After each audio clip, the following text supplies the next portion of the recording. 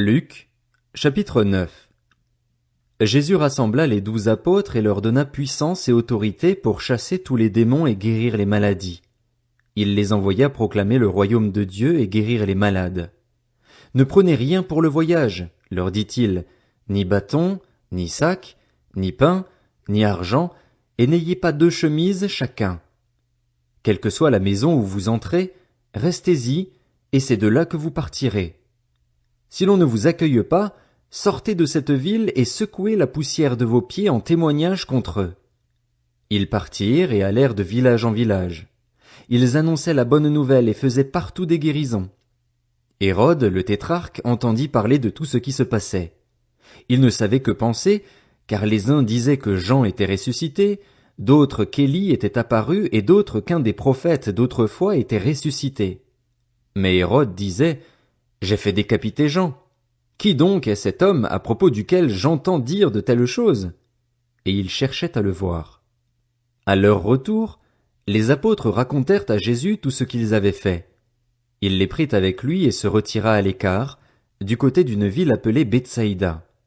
Mais les gens l'apprirent et le suivirent. Jésus les accueillit. Il leur parlait du royaume de Dieu et il guérissait ceux qui en avaient besoin. Comme le jour commençait à baisser, les 12 s'approchèrent et lui dirent: Renvoie la foule, afin qu'elle aille dans les villages et dans les campagnes des environs pour se loger et pour trouver de quoi manger, car nous sommes ici dans un endroit désert. Mais Jésus leur dit: Donnez-leur vous-même à manger. Ils répondirent: Nous n'avons pas plus de 5 pains et 2 poissons, à moins d'aller nous-mêmes acheter des vivres pour tout ce peuple. En effet, il y avait environ 5000 hommes. Jésus dit à ses disciples: Faites-les asseoir par groupe de 50. C'est ce qu'ils firent, et tout le monde s'assit. Jésus prit les 5 pains et les 2 poissons, leva les yeux vers le ciel et les bénit. Puis il les rompit et les donna aux disciples afin qu'ils les distribuent à la foule. Tous mangèrent et furent rassasiés, et l'on emporta 12 paniers pleins des morceaux qui restaient. Un jour, Jésus priait à l'écart et ses disciples étaient avec lui. Il leur posa cette question: Qui suis-je, d'après les foules? Ils répondirent: D'après les uns, Jean-Baptiste; d'après certains, Élie; d'après d'autres, un des prophètes d'autrefois qui est ressuscité. Et d'après vous, qui suis-je? Leur demanda-t-il. Pierre répondit: Le Messie de Dieu. Jésus leur recommanda sévèrement de ne le dire à personne. Il ajouta qu'il fallait que le Fils de l'homme souffre beaucoup, qu'il soit rejeté par les anciens, par les chefs des prêtres et par les spécialistes de la loi, qu'il soit mis à mort et qu'il ressuscite le 3e jour. Puis il dit à tous: Si quelqu'un veut être mon disciple, qu'il renonce à lui-même, qu'il se charge chaque jour de sa croix et qu'il me suive, car celui qui voudra sauver sa vie la perdra, mais celui qui la perdra à cause de moi la sauvera. Que sert-il à un homme de gagner le monde entier, s'il se perd ou se détruit lui-même? En effet, celui qui aura honte de moi et de mes paroles, le Fils de l'homme aura honte de lui, quand il viendra dans sa gloire et dans celle du Père et des saints anges. Je vous le dis en vérité, quelques-uns de ceux qui sont ici ne mourront pas avant d'avoir vu le royaume de Dieu. Environ 8 jours après avoir dit ces paroles, Jésus prit avec lui Pierre, Jean et Jacques, et il monta sur la montagne pour prier. Pendant qu'il priait, l'aspect de son visage changea et son vêtement devint d'une blancheur éclatante. Et voici que 2 hommes s'entretenaient avec lui. C'étaient Moïse et Élie. Apparaissant dans la gloire, il parlait de son prochain départ qui allait s'accomplir à Jérusalem. Pierre et ses compagnons étaient accablés de sommeil, mais, restés éveillés, ils virent la gloire de Jésus et les 2 hommes qui étaient avec lui. Au moment où ces hommes se séparaient de Jésus, Pierre lui dit: Maître, il est bon que nous soyons ici. Faisons 3 abris, un pour toi, un pour Moïse et un pour Élie. Il ne savait pas ce qu'il disait. Il parlait encore quand une nuée vint les couvrir. Les disciples furent saisis de frayeur en les voyant disparaître dans la nuée.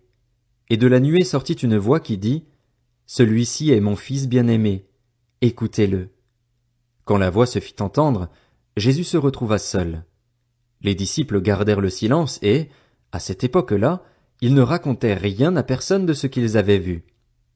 Le lendemain, lorsqu'ils furent descendus de la montagne, une grande foule vint à la rencontre de Jésus. Alors, du milieu de la foule, un homme s'écria, « Maître, je t'en prie, jette les regards sur mon fils, car c'est mon fils unique. Un esprit s'empare de lui et tout à coup il pousse des cris. L'esprit le secoue violemment, le fait écumer et le quitte à grand-peine, après l'avoir tout brisé. J'ai prié tes disciples de le chasser et ils n'ont pas pu. » Génération incrédule et perverse, répondit Jésus, jusqu'à quand serai-je avec vous et devrais-je vous supporter? Amène ton fils ici. Tandis que l'enfant s'approchait, le démon le jeta par terre et le secoua violemment, mais Jésus menaça l'esprit impur, guérit l'enfant et le rendit à son père. Tous furent frappés par la grandeur de Dieu. Alors que chacun s'émerveillait de tout ce que faisait Jésus, il dit à ses disciples, « Quant à vous, écoutez bien ceci. Le Fils de l'homme doit être livré entre les mains des hommes. » Cependant, ils ne comprenaient pas cette parole. Elle était voilée pour eux afin qu'ils n'en saisissent pas le sens, et ils avaient peur de l'interroger à ce sujet. Ils eurent une discussion entre eux pour savoir lequel parmi eux était le plus grand. Jésus connaissait la pensée de leur cœur. Il prit un petit enfant, le plaça près de lui et leur dit, « Celui qui accueille en mon nom ce petit enfant, c'est moi-même qui l'accueille, et celui qui m'accueille accueille celui qui m'a envoyé.